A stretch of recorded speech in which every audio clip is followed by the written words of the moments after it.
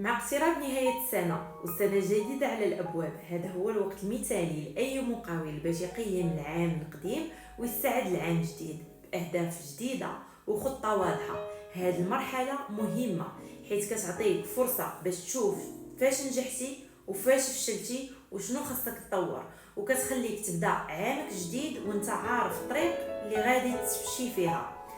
فهادو 8 ديال النصائح باش تكون عندك خطة ناجحة وفعالة.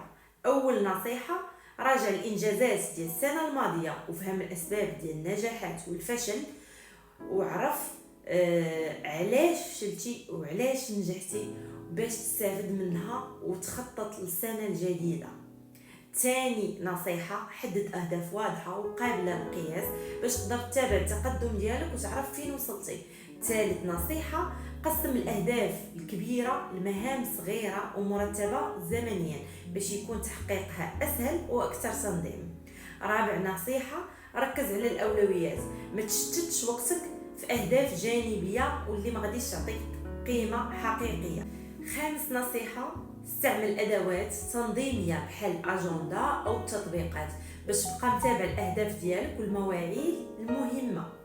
بحال أنا مثلا كنستعمل كل عام أجندة جديدة، مثلا هاد السنة غادي نستعمل هاد الأجندة اللي يلا حطيت فيها الأهداف ديالي. كيف شاركت معكم في لي ستوري انستغرام، كنت درت جلسة تقييم الذات في بلاصة اللي ما عمري مشيت ليها أول مرة.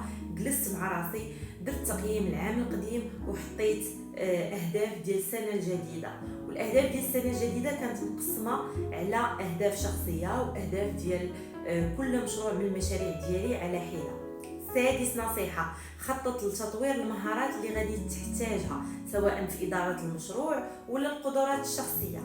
اللي قلت لكم قسموا المسائل الشخصية والعملية. سابع نصيحة: كن مرن وخليك مستعد للتكييف مع التحديات الجديدة اللي يقدر يجيبها العام الجديد.